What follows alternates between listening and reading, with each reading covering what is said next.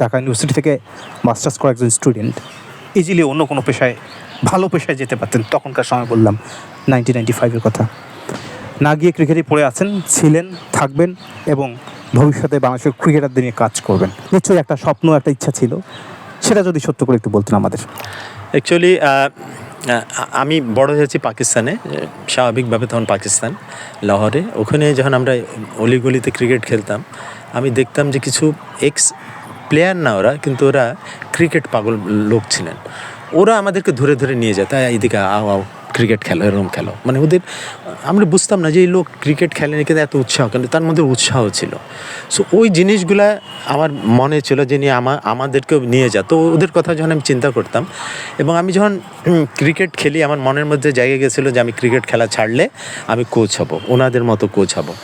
ওটার কারণ এই জন্যে ছিল যে আমি যখন খেলা ছাড়লাম, আমি দেখলাম যে ক্রিকেটের মাধ্যমে আমার পরিচয় ছিল, ক্রিকেটের মাধ্যমে আমি সমাজে পরিচিত ছিলাম। তো আমি চিন্তা করলাম যে আমার মতো এরকম Dhaka university master degree pass করে অনেকে অফিসে বসে টেবিলে কাজ করে, এই করে, মানুষ চিনেও না, কিন্তু ওনার মতোই তার মতোই আমারও ডিগ্রি বা মানে শিক্ষাগত যোগ্যতা আছে, বাট মানুষ আমাকে চিনে ডিউ টু ক্রিকেট।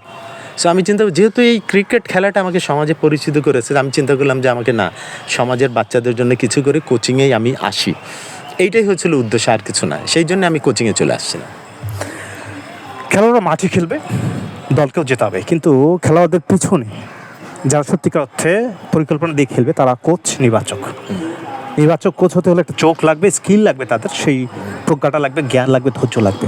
আপনি কি মনে করেন বাংলাদেশের যারা ক্রিকেট কোচিংয়ে রয়েছে, প্রাইভেট কি ক্রিকেট বোর্ডের পার্ট হিসেবে আমাদের পথে চলা কি সঠিক পথেই আছে? কি চেষ্টা আছে, বাট কিছু কিছু জিনিস আছে যে আমি মানে কোচদের ব্যাপারে বলি, সবাই কিন্তু কোচ, সবাই চেষ্টা করে, কিন্তু কোচের ভিতরে আমি মনে হয় যে ভাগ আছে।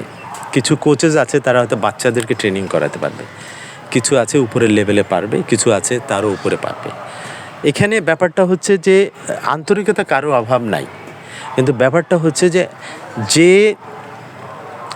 140 মাইলের বেগের বল খেলেনি, সে ওই প্লেয়ারকে শেখাতে পারবে না যে কীভাবে তুমি 140 মাইলে খেলতে, বেশি ওর অভিজ্ঞতা নাই, বাট সে বলতে পারবে যে এত জোরে বল আসে এরকম। কিন্তু যে খেলছে সে নিজে ফেস করেছে, যার মাথার কাছ দিয়ে এরকম বাউন্সার টাউন্সার, সে বুঝে যে আমি কিভাবে কি করতাম, সে শেখাতে পারে। ওদেরও আন্তরিকতার অভাব নেই যারা এই লেভেলে ক্রিকেট খেলেন, বেরোবার চিনি, বাট তাদের জায়গা একটা, উপরের লেভেল একটা, টপ লেভেল একটা। এই জন্যই যখনই দেখবেন বিদেশে যখনই কোনো টেস্ট টিমের বা ন্যাশনাল টিমের কোচ নেওয়া হয়, ওখানে প্রথমেই কি বলে, ফর্মার টেস্ট প্লেয়ার অথবা ফার্স্ট ক্লাস প্লেয়ার, ওর ক্রিকেট ক্যারিয়ারটা কিন্তু আগে আনে, হাইলাইট করে সবাই, এই করেছে, একে এই দেশের ক্রিকেট কোচ নিযুক্ত করা হয়েছে। কেন করা হয়? কারণ ওই অভিজ্ঞতাটা ওই টপ লেভেলে খুব ইম্পর্টেন্ট। নিচের লেভেলে ঠিক আছে আমি না খেলি, নিচের লেভেলটা হচ্ছে আমাকে তৈরি করা, আইডিয়াটা দেওয়া, এরকম হবে এটা। সুতরাং কোচের ভূমিকা তো ডেফিনেটলি আছে, বাট তারপরেও কিছু জিনিস আছে যে আমাদের কোচেসরা যারা এই এজ গ্রুপ নিচের লেভেলে করে, আবার বলে ওদের ফুল রেসপেক্ট ফর দেম, নিজেদেরকে আপগ্রেড করে না। বিকজ এখন হয়েছে কি, ক্রিকেটের ফর্ম্যাট চেঞ্জ হয়েছে, ওয়ানডে হয়ে গেছে, T20 হয়ে গেছে, টেস্ট হয়ে গেছে, এক এক জায়গায় এক এক জিনিস লাগে, এবং রুলস চেঞ্জ হচ্ছে দিনে দিনে। এইখানে এতগুলো ফিল্ডার নিতে পারবে, ওইখানে এত নিতে পারবে না, পাওয়ার প্লে এসে গেছে। আমরা যখন খেলেছি প্রথম 10 পাওয়ার প্লে ছিল, এরপরে ফিল্ডার বাইরে কয়টা থাকবে, ওরকম রেস্ট্রিকশন খুব কম ছিল, এখন তো অনেক রেস্ট্রিকশন হয়ে গেছে। এখন কোচিংটা তো চেঞ্জ হতে হবে, তোমাকে ওইভাবে শেখাতে হবে। বাইরে সব ফিল্ডার নিয়ে বলিং করা আর সার্কেলের ভিতর নিয়ে বলিং করা অনেক ডিফারেন্ট জিনিস আছে কিন্তু। সো ওই জন্যে যে আমাদের কোচদেরকে আপগ্রেড হতে হবে, এই জিনিসগুলার ট্যাকটিক্যাল জিনিসগুলা কি হচ্ছে, টেকনিক জিনিসটা খুব সহজ, এইভাবে ধরো, এটা কি গ্রিপ, এভাবে, এটা কি, এটা কোচিং না, কিন্তু এটা কি, এটা ইনফরমেশান। এই ব্যাট এভাবে ধরে, এটা এনিওয়ান ক্যান গিভ, এটা যে কেউ দিতে পারে, এইভাবে বল করে, এটা করে, কিন্তু এই গ্রিপটা তুমি কিভাবে ব্যবহার করবা মাঠের মধ্যে ডিফারেন্ট বলকে, এইটা হচ্ছে কোচিং। তো এইটা শেখাতে হলে প্লেয়িং ক্যারিয়ার খুব ইম্পর্টেন্ট, বিকজ বিভিন্ন রকম বলার যদি তুমি খেলে থাকো, তুমি বুঝবা তুমি নিজে কী করতা। এখন যারা এরা খেলেনি, বলছি না যে তারা জানে না, তারা হয়তো জানে, কিন্তু নিজের সেই অভিজ্ঞতাটাকে নাই ওরা ফেস করে, তারাও শেখাতে পারবে, হ্যাঁ, তারাও শেখাতে পারবে, কিন্তু যে খেলেছে সে বুঝবে ভালো। ডিফারেন্ট উইকেটে খেলা হচ্ছে, সুতরাং আমি মনে করি কোচদেরকে আরেকটা আপগ্রেড হতে হবে, এবং ক্রিকেট বোর্ড এটা করছে, বিভিন্ন কোর্স করছে, কিন্তু ওই কোর্সগুলোতে সাধারণত টেকনিক নিয়ে কথা হয়। সো ওই ট্যাকটিক্যাল জিনিসগুলো, যেটা মাঠের ব্যাপার, এই কোর্সগুলোকে যে আর একটু লিঙ্গার করা যায়, 3 দিনের 4 দিনের না করে 1 সপ্তাহ বেশি, তাহলে অনেক কিছু শেখানো যায়। সো এগুলা ইন্ট্রোডিউস করতে হবে আমি মনে করি।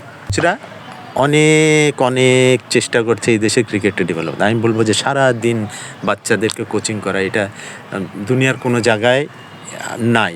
দুনিয়ার অন্যান্য সিভিলাইজড ক্রিকেট নেশনে মিলিয়ন মিলিয়ন ডলার খরচ করে বাচ্চাদেরকে মাঠে আনার জন্য, কোচদেরকে আনার জন্য, এখানে নিজের থেকে আসে। এত বড় সুযোগ দুনিয়ার কোনো ক্রিকেটে, এই ইন্দো পাকে সাবকন্টিনেন্টে নিজের থেকে আনে, মা বাপরা নিয়ে আসছে। হ্যাঁ, এটা বাইরে পয়সা খরচ করে আনতে হয় তাদেরকে।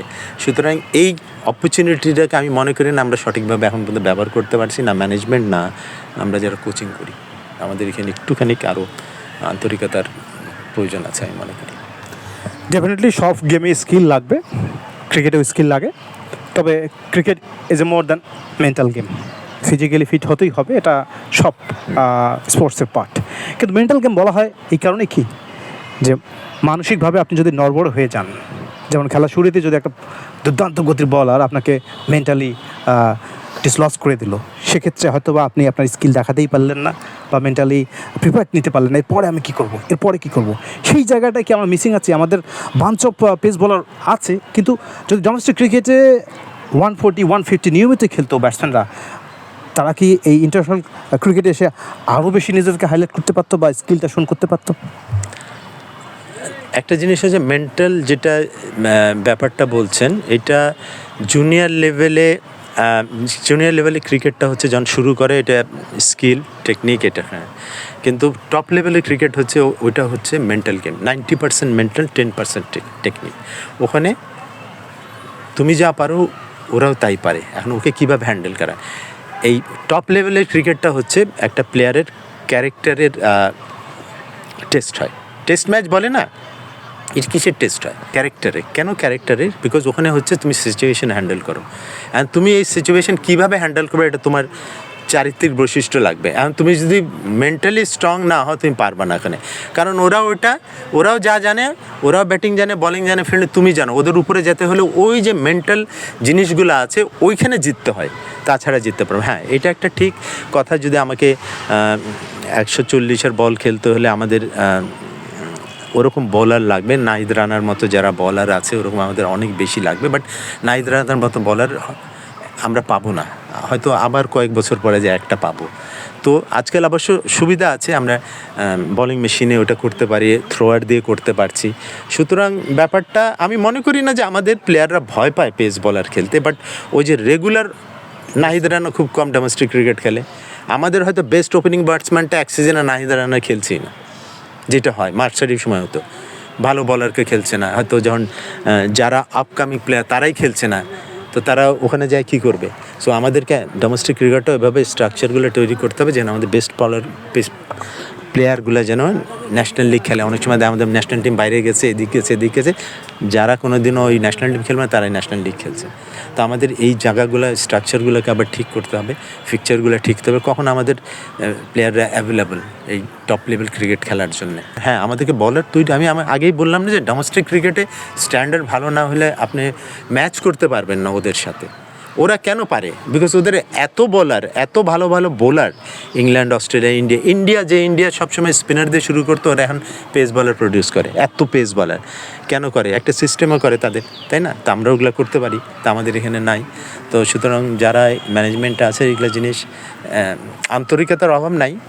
ওনারা হয়তো আমার ন্যাশনাল টিমের জন্য পেস বলার কোচ নিয়ে আসছে, কেন আমরা একটা ন্যাশনাল একাডেমি বানাই, আমরা ওখানে কোচ আনে তো করতে পারি। বাইরে আমাদের দেশে অনেক ভালো ভালো কোচ আছে যারা করেছে না, সো তাদেরকে একটা একসাথে করে আমরা একটু করতে পারি।